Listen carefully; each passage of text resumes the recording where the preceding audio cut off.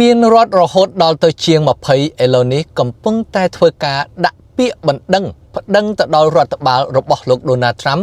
ដើម្បីឲ្យរក្សាបន្តចែកចាយឬក៏ផ្ដល់នៅអត្ថប្រយោជន៍ food stamp ហើយនិង SNAP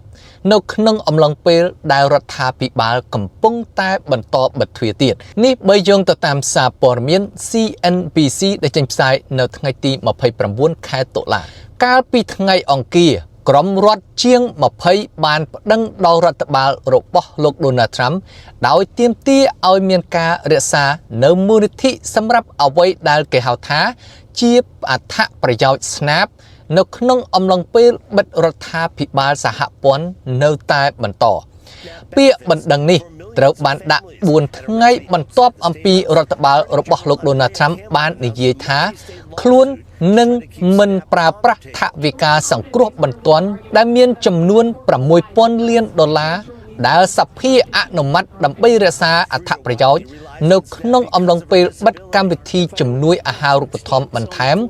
ដែលផ្ដល់ឲ្យ food stamp ឬក៏ SNAP ដល់ជនជាតិអាមេរិកដែលមានចំនួនជាង40 លាននាក់នោះទេក្រសួងកសិកម្មរបស់សហរដ្ឋអាមេរិកហើយដែលបានស្ដីបន្ទោសអំពីសមាជិកប្រសិទ្ធិរបស់គណៈបកប្រជាធិបតេយ្យចំពោះការមិនបញ្ចប់ការបិទទ្វារបាននិយាយថាអត្ថប្រយោជន៍ SNAP នឹងឈប់នៅថ្ងៃសៅរ៍នេះបើយោងទៅតាមពាក្យបណ្ដឹងរបស់ប្រជាជនបណ្ដឹងនេះបាននិយាយថាដោយសារតែប្រតិកម្មរបស់ជំនួយ USDA ទើបធ្វើឲ្យអត្ថប្រយោជន៍ SNAP នឹងត្រូវបានពន្យាពេលជាលើកដំបូងចាប់តាំងអំពីកម្មវិធី SNAP ឬក៏កម្មវិធី Food Stamp នេះបានចាប់ផ្ដើមមករដ្ឋនានាបាននិយាយនៅក្នុងពាក្យបណ្ដឹងដែលបានដាក់នៅតុលាការស្រុកសហរដ្ឋអាមេរិកជាពិសេសគឺនៅរដ្ឋ Massachusetts ថាការផ្អាកអត្ថប្រយោជន៍ SNAP ក្នុងកលៈទេសៈទាំងនេះគឺវាផ្ទុយទៅនឹងច្បាប់និងតាមអំពើចិត្តនិងមិនស្ថិតស្ថេរក្រោមច្បាប់នីតិវិធីរដ្ឋបាលតំណាងរដ្ឋ Rosa DeLauro សមាជិកសភាគណៈបកប្រជាធិបតេយ្យមកពីរដ្ឋ Connecticut ដែលជារដ្ឋមួយនៅក្នុងសំណុំរឿងនេះ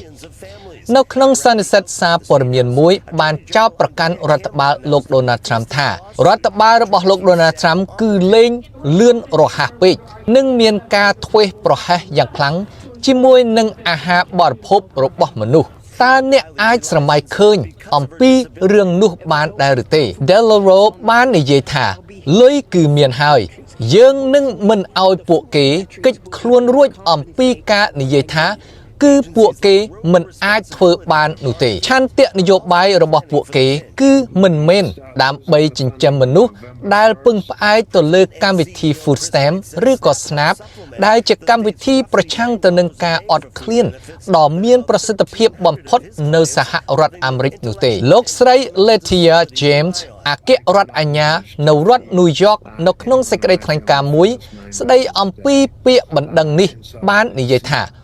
ជនជាតិអាមេរិករាប់លាននាក់ហៀបនឹងអត់ឃ្លានពីព្រោះតែរដ្ឋបាលសហព័ន្ធបានជ្រើសរើសមិនផ្ដល់ជំនួយស្បៀងអាហារដែលខ្លួនមានកាតព្វកិច្ចស្របច្បាប់នៅក្នុងការផ្ដល់ឲ្យប្រជាជនលោកស្រី James បាននិយាយថាកម្មវិធី SNAP គឺជាឧបករណ៍មួយនៅក្នុងចំណោមឧបករណ៍ដ៏មានប្រសិទ្ធភាពបំផុតរបស់ប្រទេសយើងនៅក្នុងការប្រយុទ្ធប្រឆាំងទៅនឹងភាពអត់ឃ្លានហើយមូលនិធិ USDA មានលុយដើម្បីរក្សាវាឲ្យដំណើរការគ្មានលេសសម្រាប់រដ្ឋបាលរបស់លោក Donald Trump នេះនៅក្នុងការបោះបង់ចោលគ្រួសារដែលពឹងផ្អែកទៅលើ SNAP ឬក៏ Food Stamp ដែលជាខ្សែពួរជួយសង្គ្រោះជីវិតរាប់លានអ្នកនោះទេរដ្ឋបាលសហព័ន្ធគឺត្រូវតែធ្វើការងាររបស់ខ្លួនដើម្បីការពារអាយុជីវិតរាប់លានគ្រួសារអ្នកនាំពាក្យអង្គការ USDA ដែលបានស្នើសុំការអធិប្បាយទៅលើពាក្យបណ្ដឹងនេះបាននិយាយថាយើងកំពុងតែខិតជិតឈានដល់ចំណុចមួយដើម្បីបន្ទន់ឬក៏បញ្ចុះបញ្ចូលចំពោះសមាជិកសភា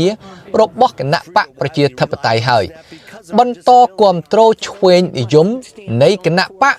ឬក៏បើករដ្ឋាភិបាលឡើងវិញដើម្បីឲ្យម្ដាយ ទារក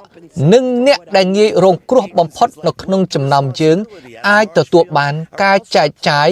នៅកម្មវិធី Wage និងកម្មវិធី Snap ទាន់ពេលវេលារដ្ឋមន្ត្រីក្រសួងកសិកម្ម Brooke Roland នៅក្នុងបទសម្ភាសន៍មួយកាលពីថ្ងៃអង្គារនៅលើទូរទស្សន៍ Fox News មិនយូរប៉ុន្មានបន្ទាប់អំពីពាក្យបណ្ដឹងត្រូវបានដាក់ត្រូវបានសួរថាតើមូលនិធិសម្រាប់ Snap ពិតជាហួតហែងអស់មែនដែរឬទេ Roland បានឆ្លើយថាវាច្បាស់ណាស់គឺ100% ថាមូលនិធិ USDA មិនមានថវិកាចំនួន $9.2 លានដែលខ្លួនត្រូវការនោះទេ Roland ក៏មានប្រសាសន៍ទៀតថាមិនមែនមានតែថវិកាចំនួន $9.2 លានដែលនៅសេសសល់នោះទេហើយអ្វីដែលពិសេសនោះគឺថានៅរដ្ឋ New York រដ្ឋ California ឬក៏រដ្ឋពណ៌ខៀវផ្សេងទៀតដែលបានដាក់ពាក្យបណ្ដឹងដើម្បីនិយាយថាអូទេ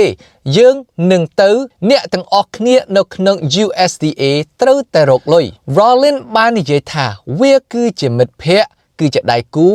ឬក៏ជាសហការីមន្ត្រីជាប់ឆ្នោតរបស់គណៈបកប្រជាធិបតេយ្យ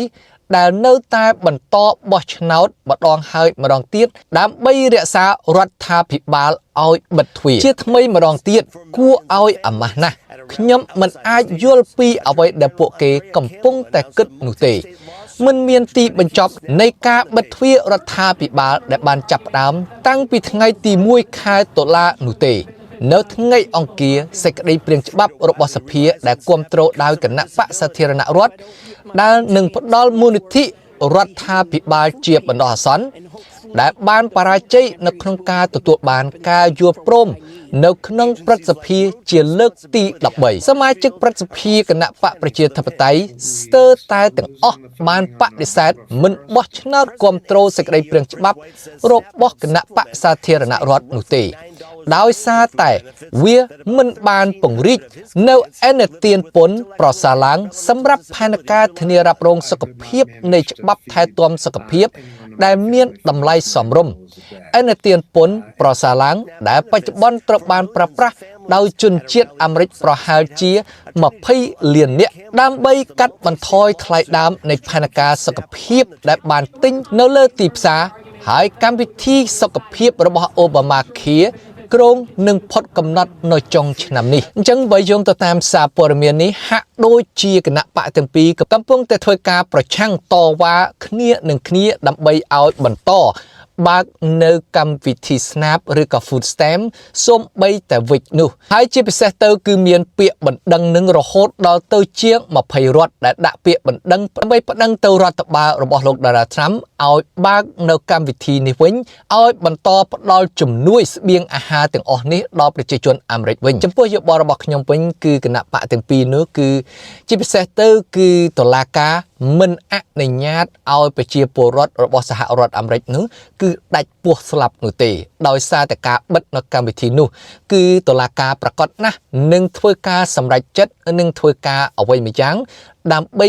បន្ទន់ឬក៏បញ្ចុះបញ្ចូលគណៈបកទាំងពីរនឹងឲ្យស្រស់ស្រួលគ្នាបើករដ្ឋាភិបាលឡើងវិញហើយបន្តចែកចាយនៅស្បៀងអាហារទាំងអស់នោះឡើងមកវិញហើយចំពោះបងប្អូនវិញតើយកឃើញយ៉ាងណាដែរតើតុលាការសហរដ្ឋអាមេរិកអាចធ្វើការបានសម្រេចទេដើម្បីឲ្យរដ្ឋបាល Donald Trump បន្តចែកចាយស្បៀងអាហារនោះទៀតឬក៏យ៉ាងណាកុំភ្លេចសរសេរ comment នៅខាងក្រោមដើម្បីជាការបញ្ចេញនៅយោបល់របស់បងប្អូនឬក៏ជាការយកឃើញរបស់បងប្អូនហើយជាចុងក្រោយក៏កុំភ្លេចជួយចុច like ឬចុច share ហើយនិងចុច subscribe ផង